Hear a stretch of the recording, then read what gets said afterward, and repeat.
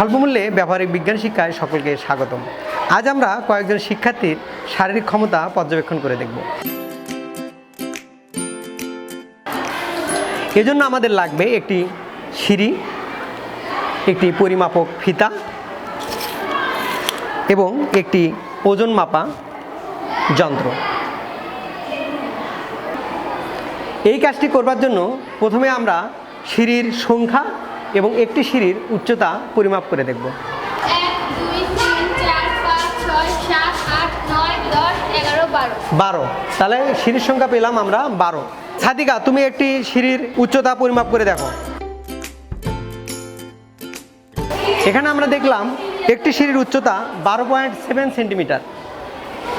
আমরা একটি সিঁড়ির উচ্চতা এবং সিঁড়ির সংখ্যা গুণ করে উচ্চতা পরিমাপ করে নেব।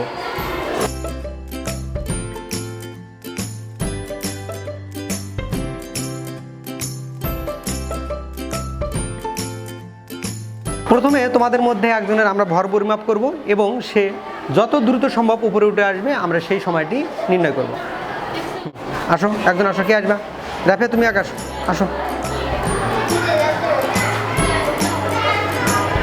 আমরা এখানে দেখতে পাচ্ছি রাফিয়ার ভর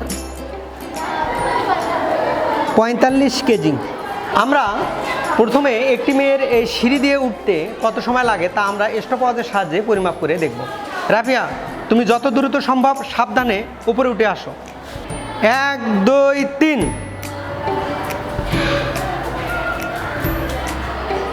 আমরা এখানে দেখতে পাচ্ছি রাফিয়ার উঠতে সময় লেগেছে 3.51 সেকেন্ড। এখানে আমরা দেখলাম রাফিয়ার সিঁড়ি দিয়ে উপরে উঠতে সময় লাগলো 3.51 সেকেন্ড এবং ভর 45 কেজি।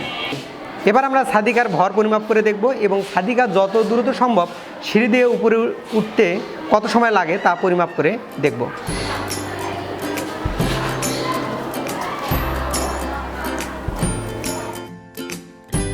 এখানে আমরা দেখতে পাচ্ছি সাদিকার ভর 46 কেজি। রেডি? 1 2 3। এখানে আমরা দেখতে পেলাম সাদিকার সিঁড়ি দিয়ে উপরে আসতে সময় লাগলো 3.62 সেকেন্ড।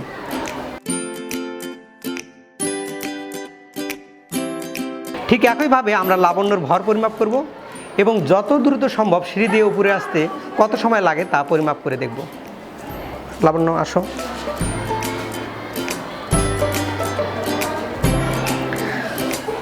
আমরা এখানে দেখতে পাচ্ছি লাবণ্যর ভর 52 কেজি। রেডি? 1 2 3। এখানে আমরা দেখলাম লাবণ্যর সিঁড়ি দিয়ে উপরে আসতে সময় লাগলো 2.83 সেকেন্ড।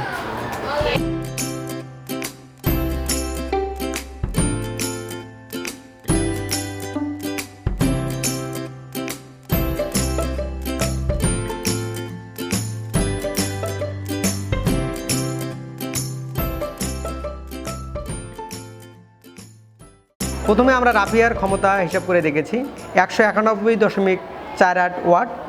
সাদিকার ক্ষমতা 189.78 ওয়াট এবং লাবণ্যর ক্ষমতা 274.42 ওয়াট।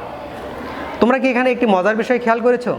যার সিঁড়ি দিয়ে উপরে আসতে সময় লেগেছিল বেশি তার ক্ষমতা কম এবং সিঁড়ি দিয়ে উপরে আসতে যার সময় লেগেছিল কম তার ক্ষমতা বেশি।